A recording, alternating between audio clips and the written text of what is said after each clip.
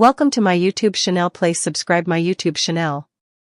This week Argentina has been gripped by the start of a 5-month trial in which 7 of the people tasked with caring for the man who led the country to the 1986 World Cup are accused of his homicide with possible intent. Maradona died aged 60 from heart disease at his rented home in Tigre, near Buenos Aires, on November 25, 2020, 2 weeks after undergoing brain surgery. The prosecution claims that the team paid to look after him were criminally negligent. In heated scenes, Maradona's former lover, Veronica Ojeda, was heard shouting "daughter of a bitch" at one of the accused as the hearing got underway on Tuesday. Outside the court in San Isidro, north of Argentina's capital, a fan held up a placard with the message "Justice for D10S", a nickname mixing Maradona's shirt number and the Spanish word for God. Others had tears in their eyes as they chanted his name. There have been claims that Maradona drank beer in the morning and was given sleeping pills dissolved in his booze at night while he was under the accused medical care. WhatsApp messages were uncovered in which his neurologist, Leopoldo Luque, wrote, "The fat man's going to end up kicking the bucket." And it is alleged Maradona was washed down with a hosepipe rather than being helped to the shower. The former Barcelona and Napoli player has been adored in the South American nation since his moments of individual brilliance, and his infamous handball Hand of God goal against England saw them lift the World Cup in Mexico in 1986. Considerable amounts of his fortune, once estimated at £75 million, were blown on addictions to alcohol and cocaine, which contributed to his terrible state of health. At the time of his death his heart weighed 503 grams, which was almost double what it should have been.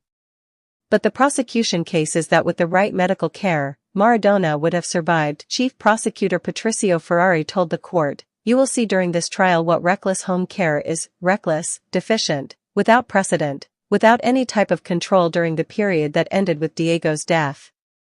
In that house of horror where Diego Maradona died, no one did what they had to do." The problems began for Maradona when he was feted in the southern Italian city of Naples for twice taking their once lowly side to historic league titles in 1987 and 1990. The mafia, dominant in the region, kept him supplied with drugs and prostitutes, yet he still somehow managed to play at the top level. 2 years before his death, the star told British documentary maker Asif Kapadia of his time there, "Sunday to Wednesday I was partying on cocaine. I would come home high on drugs." In 1991, traces of cocaine were found in Maradona's urine sample, and a couple of weeks later 1.5 g of the same drug was found by police at his flat in Buenos Aires. Later, he was sent home from the 1994 World Cup after testing positive for a stimulant called ephedrine.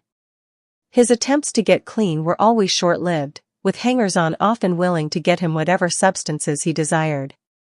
He also had a voracious appetite for alcohol, food and young women. In 2005, the 5 feet 5 inches Maradona weighed nearly 20 st and underwent a gastric band operation. The star had 8 children by various mothers that are known of, but since his death at least 3 other people have come forward claiming to be his offspring.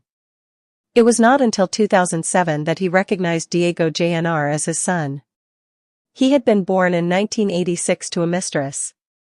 There were a number of health scares over the years, including being treated by doctors at halftime when he was watching Argentina play at the 2018 World Cup in Russia. The most serious was on November 3, 2020, when he underwent emergency surgery at La Plata Hospital in Buenos Aires for a blood clot on his brain.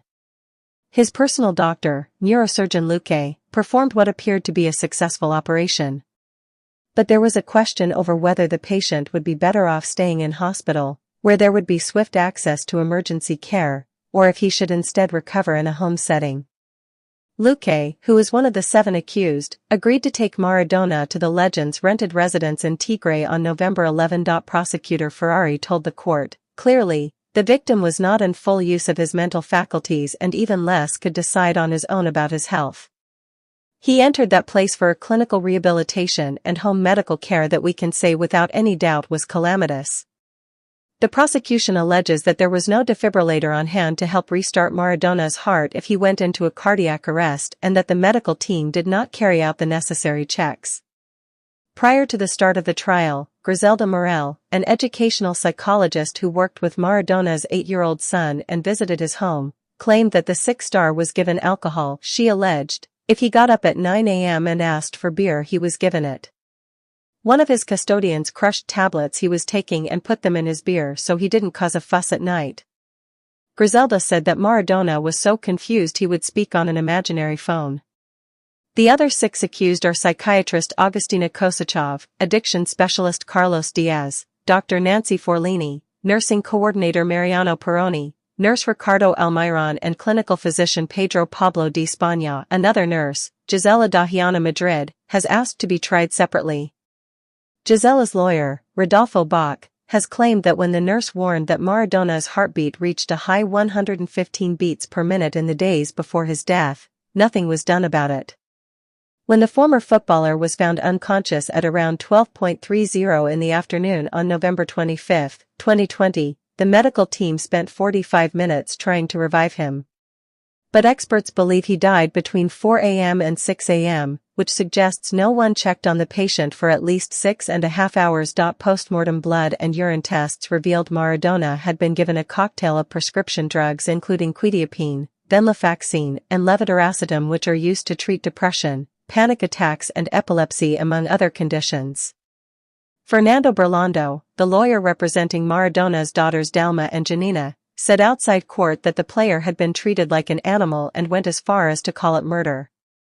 The accused are on trial for homicide with possible intent, which could result in 25-year prison sentences. They all deny the charges. Luque said, the death occurred unexpectedly, suddenly, during sleeping hours, without offering us any time. The complex medical trial will last until July and see around 100 witnesses give evidence. The final verdict will be delivered by 3 judges. One of the key pieces of evidence will be Maradona's heart, which has been kept in formaldehyde at a police laboratory ever since his death. One of the key pieces of evidence will be Maradona's heart, which has been kept in formaldehyde at a police laboratory. There have been claims that fans had plotted to steal the organ. And during the 2022 World Cup, Argentinian fans campaigned to have the heart flown to host nation Qatar along with the country's football team. Why the heart finally failed Maradona, a lion on the football pitch, is sure to inspire a passionate response from devoted fans whatever the court decides.